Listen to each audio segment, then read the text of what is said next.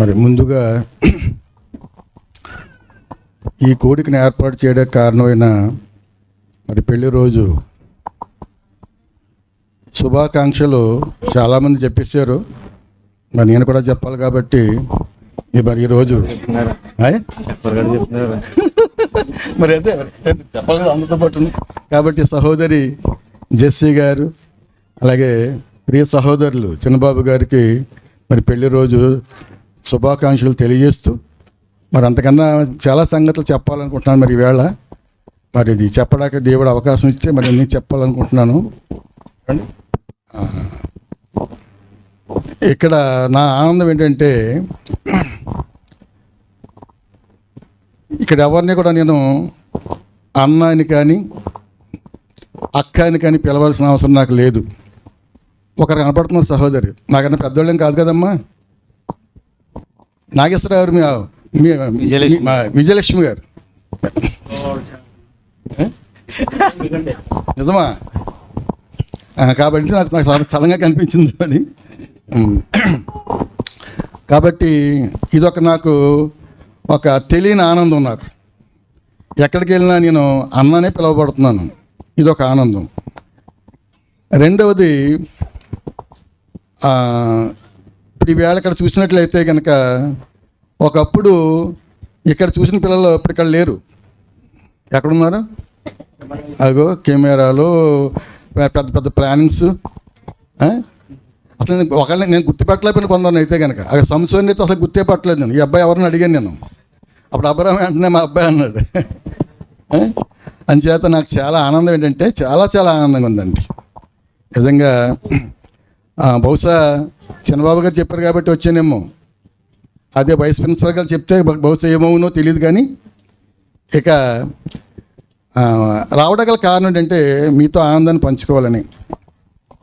ఎందుకంటే ఇది ప్రారంభించిన సంఘం, అవునంటారా కాదంటారా?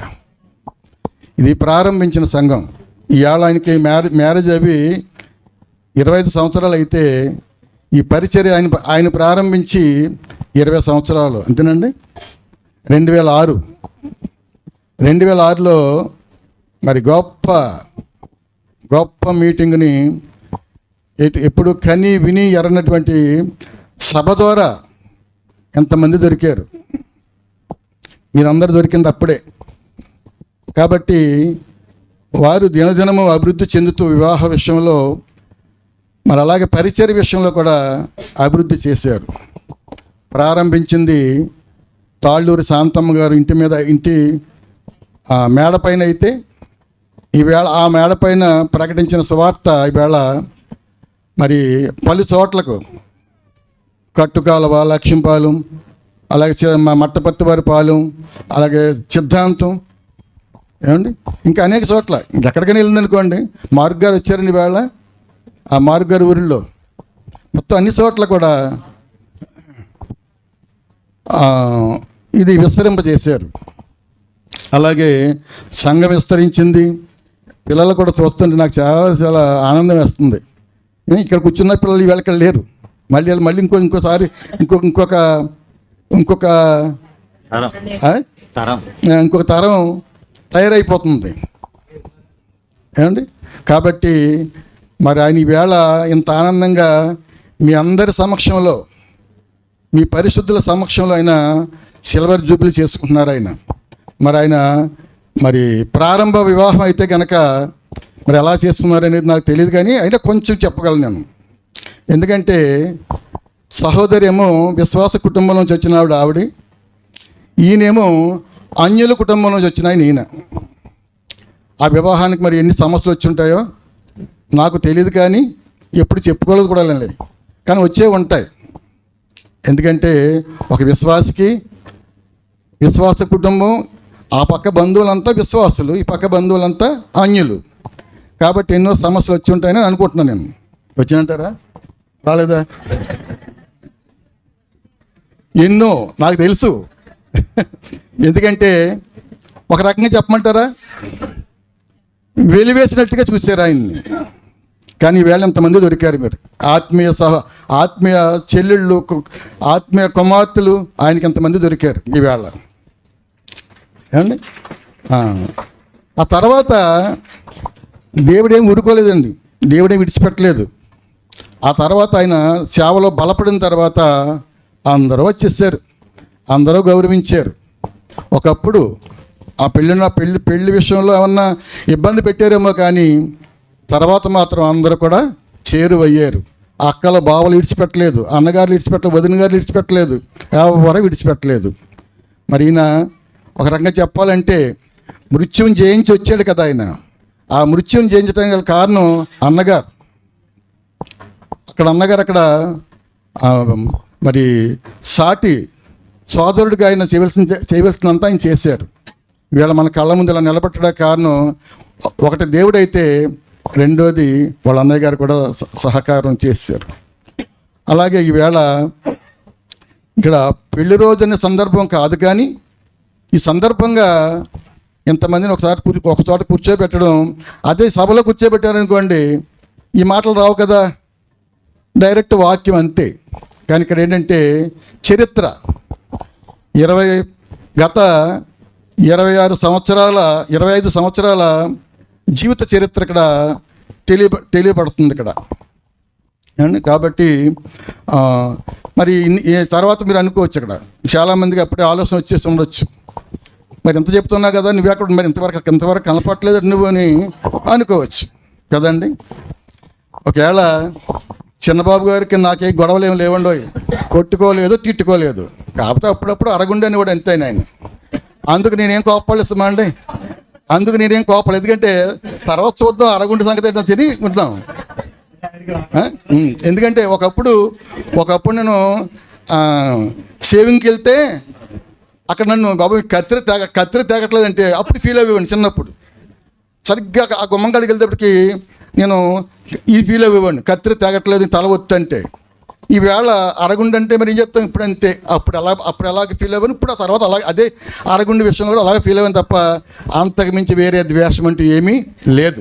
ఎందుకంటే ఇది ప్రారంభించాం సంఘాన్ని 2006లో. మరి ఎటువంటి సభను మరి చేసేవండి, కనీ విని ఎరగనటువంటి సభ. మరి మీ అందరికి ఇక్కడ మరి మీ అందరికీ జ్ఞాపకం వస్తుందో లేదో, ఎందుకంటే క్రైస్తవ సభలో కొంచెం చలి ఎత్తే రారు, మబ్బు పెడితే మేఘం పెడితే రారు. అలాంటిది ఓరిన వర్షం, పగలంతా వర్షం కురిసేస్తే ఆ రాత్రులు వచ్చి బందలో కూర్చునేవారు. బందలోని అక్కడ ఇసుక వేసాం, కొబ్బరాకులు వేసాం, అయ్యి వేసాం, ఇవి వేసాం, ఎన్నో వేసాం. ఆ బురదలో కూర్చొని వెళ్ళేవారు. ఎప్పుడన్నా ఏనాడైనా ఏ మీటింగ్లో అయినా మరి స్టేజీ నిండా నిండిపోయిన జనం ఎప్పుడన్నా చూసాం మనం. కానీ అక్కడ మొత్తం స్టేజీ అంతా నిండిపోయారు జనం, సుందరరావు గారు చుట్టూ అందరూ. అక్కడ ఆహ్వానితులు మాత్రమే పైన సీట్ ఉంటుంది, ప్లేస్ ఉంటుంది. అలాంటిది వచ్చిన జనాలు అందరూ కూడా మరి అది పెద్ద స్టేజీ అండి అది ఏమండి. ఆ స్టేజ్ అంతా నిండిపోయి అలాంటి సభలు జరిగింది. అప్పుడే మీరందరూ దేవునికి దొరికారు ఏమండి. కాబట్టి ఈ ఆనందాన్ని పంచుకోవడానికి మరొక అవకాశం వచ్చింది. మరి నేను ఎందుకు రావట్లేదు అంటే దానికి కారణం ఏంటంటే చెప్పలేం. ఆనాడు మొదటి శతాబ్దంలోని మరి బర్నబా, పౌలు గారు ఉన్నారు కదా, వాళ్ళు ఎందుకు విడిపోయారు? వాళ్ళు ఏమైనా కొట్టుకున్నారా, తిట్టుకున్నారా? అలా అని బైబిల్లో లేదు కదా. ఎందుకు విడిపోయారు తెలియదు. కానీ ఇది కూడా ఎందుకు అలా జరిగిందో జరిగిపోయింది. కానీ ఇక నేనేంటంటే నాది ఒకటే, ఏది పట్టుకుంటే అది తప్పు అని చెప్పినా రైట్ అని చెప్పినా నా మనసు ఇంకా అసలు మారదు. కాబట్టి ఆ రకంగా వెళ్ళాను తప్ప, అందుకే కదా నేను ప్రతి కార్యక్రమానికి నేను వస్తూ ఉంటాను. ఒకవేళ ఏదైనా ద్వేషాలు ఉండి మనసులో పగలో ప్రతీకారాలు ఉంటే రావం కదా. కాబట్టి మాకు అటువంటిది ఏమీ లేదు. ఆయన నాకు ఆత్మీయ సహోదరుడు ఆయన. ఎందుకంటే ఆయన చూసి నాకు నచ్చుతుంది. ఎందుకంటే మరి ఈ పరిచర్య ప్రారంభించడానికి ఇంకొక సహోదరుడు ఉన్నాడు, కానీ అతను కొనసాగించలేకపోయాడు. కానీ ఆనాటి నుంచి ఈనాటి వరకు కొనసాగిస్తూ దినదినము సంవత్సరం కూడా అభివృద్ధి చేస్తూ ఈ సంఘాన్ని అందరినీ నడిపిస్తున్నాడు ఆయన. కాబట్టి మరి ఆయన మీద నాకు ప్రేమ ఉన్నదా? కాబట్టి ఆయన అంటే నాకు ఎప్పుడూ ప్రేమే, ఎప్పుడు ద్వేషం అనేది అసలు ఎప్పుడు లేదంటే లేదు. నిజం చెప్తున్నానండి, దేవుని సన్నిధిలో చెప్తున్నాను. అస్సలు ద్వేషం అనేది ఎప్పుడూ లేదు. ఇది అబద్ధం కాదు, దేవుని సన్నిధిలో చెప్తున్నాను, దేవుని ఎదుటి చెప్తున్నాను అనమాట. కాకపోతే ఏంటంటే విడిపోయాం అంతే. ఎందుకు విడిపోయాం మాకు తెలియదు, అలా జరిగింది అంతే. ఏమండి? కాబట్టి మరి త్రియాక దేవుని సంఘంలో నేను ఒక ప్రతినిధిని. ఏమండి? అయితే అక్కడి నుంచి కూడా నేను అక్కడ ఉన్నాను. అక్కడ నేను నెంబర్ అంటే ఉంది, కానీ అక్కడ నేను అసలు ఉండనమాట. కానీ కొన్ని లెక్కలో లావాదేవీల్లో మాత్రం అక్కడ కనపడతాను. కనీసం క్రిస్మస్కి కూడా వెళ్ళను. ఆ పాస్టర్ గారు వస్తారైనా వచ్చి బతిమాడతాడు. మీరు లేకపోతే ఎలాగంటే మీ నోట్లోంచి ఒక మాట వస్తే ఎవరన్నా ఒకళ్ళు మారుతారేమో కదా అని అంటే ససేమ్ పక్కనే కదా, ఇంటి పక్కనే, అయినా సరే వెళ్ళడం జరగదు. కాబట్టి ఇంతకు విషయం ఏంటంటే మీ అందరిని చూసిన తర్వాత నాకు చాలా చాలా ఆనందంగా ఉంది. కొందరైతే గుర్తే పట్టలేకపోతున్నాను. కొంత మా మేరమ్మ తల్లి అయితే నాకు గుర్తుపట్టేలాగా ఉంది. ఆనాడు ఈనాడు ఒకలాగే ఉంది. ఏమ్మా ఆ పక్కన ఉన్న లవ్లీని గుర్తుపెట్టేస్తాంలేండి. కాకపోతే కొంచెం ఏంటి పర్సనాలిటీలు తేడా వచ్చినాయి. ఇది ఏంటంటే గుర్తు చెప్తాం మరి, దాన్ని పెట్టే కదా అది. మొన్న మట్టపత్తి వారి పాలెంలో ఖుషి పాట పాడుతుంటే చూసాం మేము. ఏమండి? అలాగే ఇంకా అందరూ అమ్మా ప్రార్థన చేయండి. ఏంటి తమ్ముడు, లోకా తమ్ముడు నవ్వుతున్నావు? అయ్యా వాళ్ళు మామూలు వాళ్ళు కదండి. వీళ్ళైతే సైజు మారిపోతారు. చూసావా దంపతులను చూసామండి, ఎందుకు చూడలేదు? కాబట్టి చాలా చాలా ఆనందదాయకమైన విషయం అండి ఇది. కాబట్టి నేను ఇది పంచుకుంటాక వచ్చాను. కాబట్టి మరొకసారి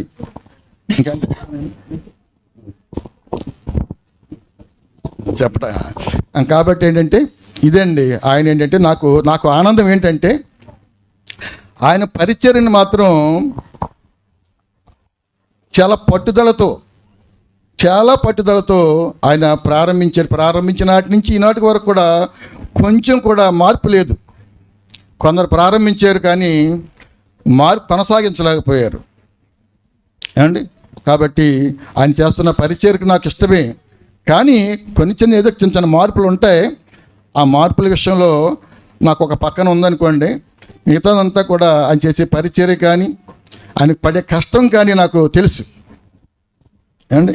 కాబట్టి ఇంతమందిని దేవుని దగ్గర నడిపించడానికి ఇదంతా ఎవరి కృషి? సేవకుడు కృషి. సేవకుడు నడిపిస్తేనే కదా నడవగలుగుతారు. కాబట్టి మేము అందరినీ మరి దేవుని దగ్గరికి పరిచర్యలోనికి నడిపిస్తున్నందుకే మరొకసారి సహోదరులకి నా హృదయపూర్వక కృతజ్ఞత వందనాలు తెలియజేసుకుంటూ, అలాగే మరొకసారి ఈ నూతన అంటే 25వ సంవత్సరం 25వ సంవత్సరాలు నూతన. కాబట్టి నూతన దంపతులకు